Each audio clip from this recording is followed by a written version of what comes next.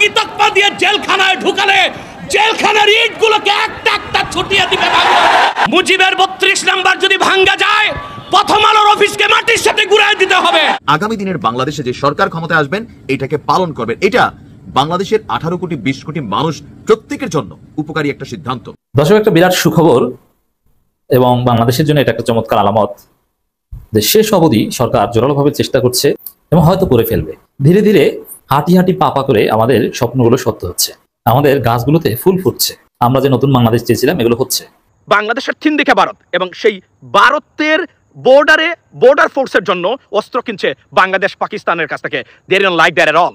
So this is like আমরা এটাই চাই, if you fuck with me I'll fuck with you too, is the simple answer. এবং এটাই হওয়া দরকার ভারতের সাথে বর্তমানে বাংলাদেশের পলিসি, আদারওয়াইজ আপনি টিকতে পারবেন না। রতন ছিলে আর উনি ইউনুসের ছিলে, এটা ইউনুসের মনে মনে একটা ছক বেঁধে রাখছে, কারণ বুঝলেন না উনি একজন অর্থনীতিবিদ, নোবেল তো পাইছে পরে। ইউনুসকে বুঝতে হইলে সেই জ্ঞান আপনার থাকতে হবে। ইউনুসের চলন বলন, ইউনুসের পরিবেশ পরিস্থিতি আপনার আমার সাথে মিলবে না। বিচারপতি এবার তোমার বিচার হবে, এইটা একটি ইতিহাস তৈরি হলো যে সাবেক কোন প্রধান বিচারপতিকে এরকম এজলাসে দাঁড়াতে হয়েছে। যে একজন প্রধান বিচারপতিকে আজকে আসামি করা হয়েছে, আজকে একজন প্রধান বিচারপতিকে কাঠগড়ায় তোলা হয়েছে আসামি হিসাবে, আজকে একজন প্রধান বিচারপতিকে দুই হাত পিছনে নিয়ে অন্যান্য অপরাধীদের মতন করে হাত করা পড়ানো হয়েছে। কি ঘটতে পারে এটা আমরা অনেকে না জানলো, ওনারা ঠিকই জানতেন যে এই অ্যারেস্টের কারণেই ভারতের মুখোশ খুলে যাবে এবং সত্যি সত্যি খুলে গেছে। জাতীয় সরকার কেন তৈরি করা যাচ্ছে না, এই নিয়ে নানাহ জল্পনা আর কল্পনার মাঝে আপনাদেরকে জানিয়ে দিচ্ছি, জাতীয় সরকার বিএনপির সাথে মিল খাচ্ছে না বলে জাতীয় সরকার তৈরি করা যাচ্ছে না।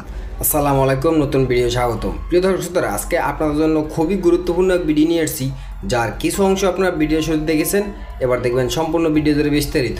তার আগে ভিডিও অন করে যারা সাবস্ক্রাইব করেছেন তাদেরকে ধন্যবাদ, আর যারা এখনও সাবস্ক্রাইব করেন নাই তাদের কাছে অনুরোধ সাবস্ক্রাইব করে পাশে থাকা বেল আইকনটি বাজিয়ে দেবেন এবং আজকে সম্পূর্ণ ভিডিও না টানে একটা লাইক দিয়ে দেখতে থাকুন।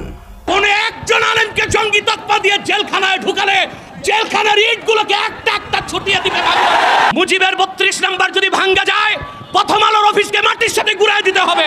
শাহজালাল ইয়ামানির উত্তরসূরিরা আরেকবার দেশের স্বাধীনতা রক্ষায় সশস্ত্র বিপ্লবের ডাক দিতে বাধ্য হবে। আমি বলে থাকি, জাতিসংঘ United nation is nothing but A Christian club. জাতিসংঘ মুসলমানের পক্ষে কখনো কাজ করে না, অমুসলিমদের অধিকার রক্ষাই তাদের কাজ। গাজাতে বছরের পর বছর নিরীহ মুসলমানকে হত্যা করা হচ্ছে, সেখানে মানবাধিকার কমিশন কেন নাই? কাশ্মীরে মুসলমানদের হত্যা করা হচ্ছে, সেখানে মানবাধিকার কমিশন কেন নাই? চায়নার উইগুরে মুসলমানদের হত্যা করা হচ্ছে, সেখানে মানবাধিকার কমিশন কেন নাই? আমরা জানি মানবাধিকার কমিশন কেন। আল্লাহ ও তার আখিরি নবী নূর নবীজি মুহাম্মদ সাল্লাল্লাহু আলাইহি ওয়াসাল্লামের আরশচুম্বী সম্মান মর্যাদার বিরুদ্ধে যে কুলাঙ্গার সাদেম কাফেররা বক্তব্য দিবে, তাদের শাস্তির দাবি করলেই মানবাধিকার কমিশন তাদের পক্ষে ঢাল হয়ে দাঁড়াবে। খেলাফত প্রতিষ্ঠার কথা যারা বলবে, জিহাদের কথা যারা বলবে, জঙ্গি তকমা দিয়ে তাদের কারাগারে বন্দী করতে চায়, আর সুযোগ দেওয়া হবে না। কোন একজন আলেমকে জঙ্গি তকমা দিয়ে জেলখানায় ঢুকালে জেলখানার ইটগুলোকে একটা একটা ছুটিয়ে দিবে।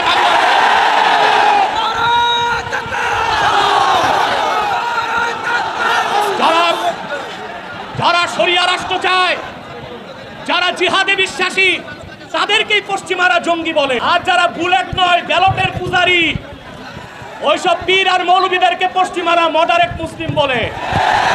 তারা মডারেট মুসলিম না, মুনাফেক মুসলিম। প্রিয় ভাইরা, জঙ্গি শব্দের উৎপত্তি কখন থেকে?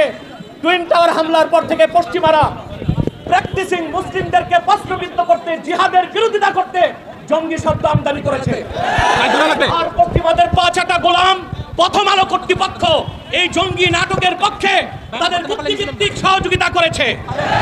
সেজন্য আমি বলবো, মুজিবের ৩২ নাম্বার যদি ভাঙ্গা যায় প্রথম আলোর অফিসকে মাটির সাথে গুড়ায় দিতে হবে।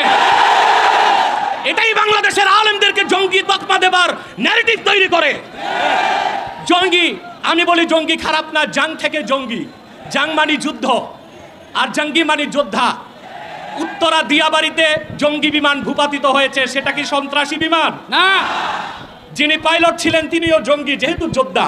মুক্তিযোদ্ধারাও জঙ্গি যেহেতু যোদ্ধা, এই শব্দটার অপপ্রয়োগ বাংলাদেশে শুরু হয়েছে শুধু ইসলামী রাষ্ট্র যারা প্রতিষ্ঠা করতে চায়, জিহাদের পক্ষে যারা, তাদের কণ্ঠরোধ করার জন্য। তা মেনে নেওয়া হবে না, বরদাস্ত করা হবে না। এই মহাসমাবেশ থেকে ডক্টর ইউনূসকে বলছি, কান পেতে শুনে রাখুন, আপনার হালুয়া রুটির ভাগ যারা খায় আপনাকে তারা বাঁচাতে পারবে না। অনতি বিলম্বে উলামায়ে কেরামকে জঙ্গি তকমা দেওয়া বন্ধ করতে হবে। যে সমস্ত নির্যাতিত আলেম কারাগারে আছে তাদেরকে মুক্ত করে দিতে হবে।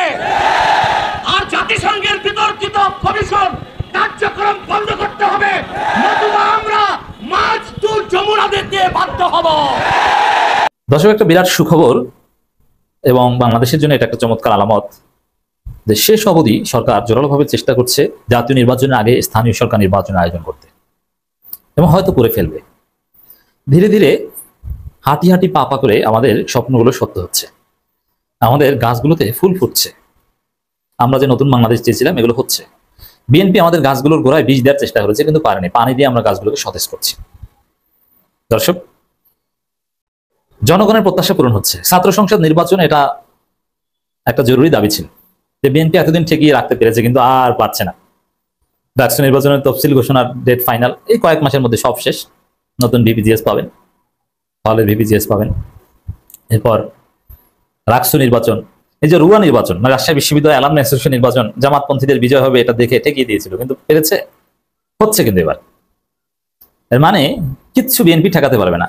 রুয়া নির্বাচন ঠেকাতে পারেনি, ডাকসু রাকসু ছাত্র সংসদ নির্বাচন ঠেকাতে পারছে না, এবার নিশ্চিত যে হবে। এইভাবেই স্থানীয় সরকার নির্বাচন আগে হবে, এটাও ঠেকাতে পারবে না।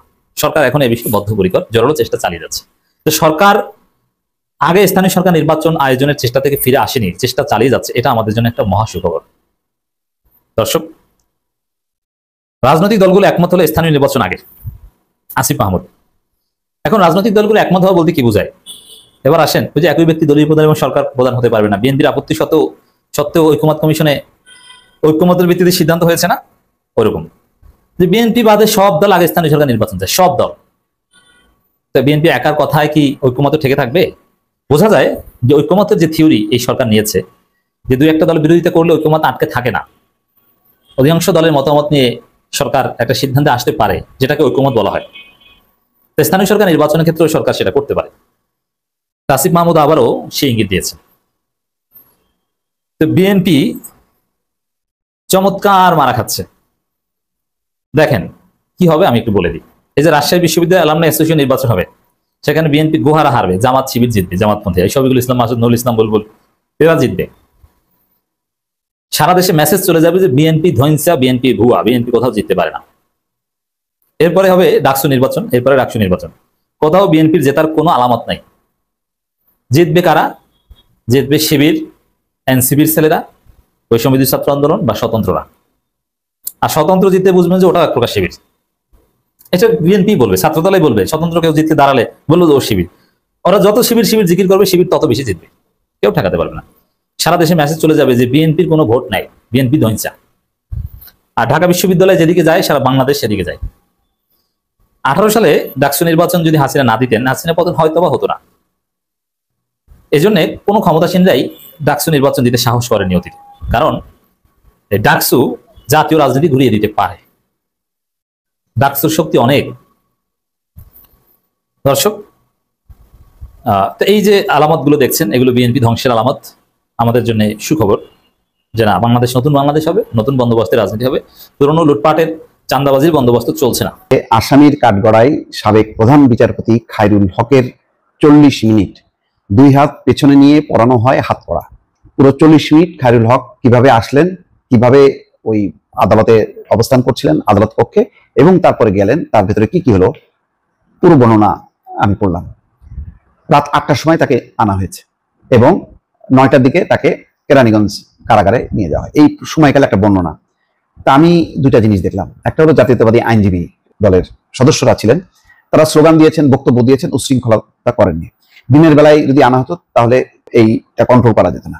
সেই কারণেই সম্ভবত এই সময়টা বেছে নেওয়া হয়েছে, যাতে পরিস্থিতি সামাল দেওয়া যায়। আসলে এবিএম খায়রুল হক, মানে আমি বলবো, প্রিয় দর্শক শ্রোতারা, ধন্যবাদ এতক্ষণ সাথে থাকার জন্য। এরকম নিত্য আপডেট নিউজ পেতে আমাদের সাথে থাকবেন। এবং আজকের ভিডিও এই পর্যন্ত। নতুন কোনো ভিডিও কথা হবে নতুন কোনো বিষয় নিয়ে। ততক্ষণ ভালো থাকবেন, সাথে থাকবেন। আসসালামু আলাইকুম, আল্লাহ হাফেজ।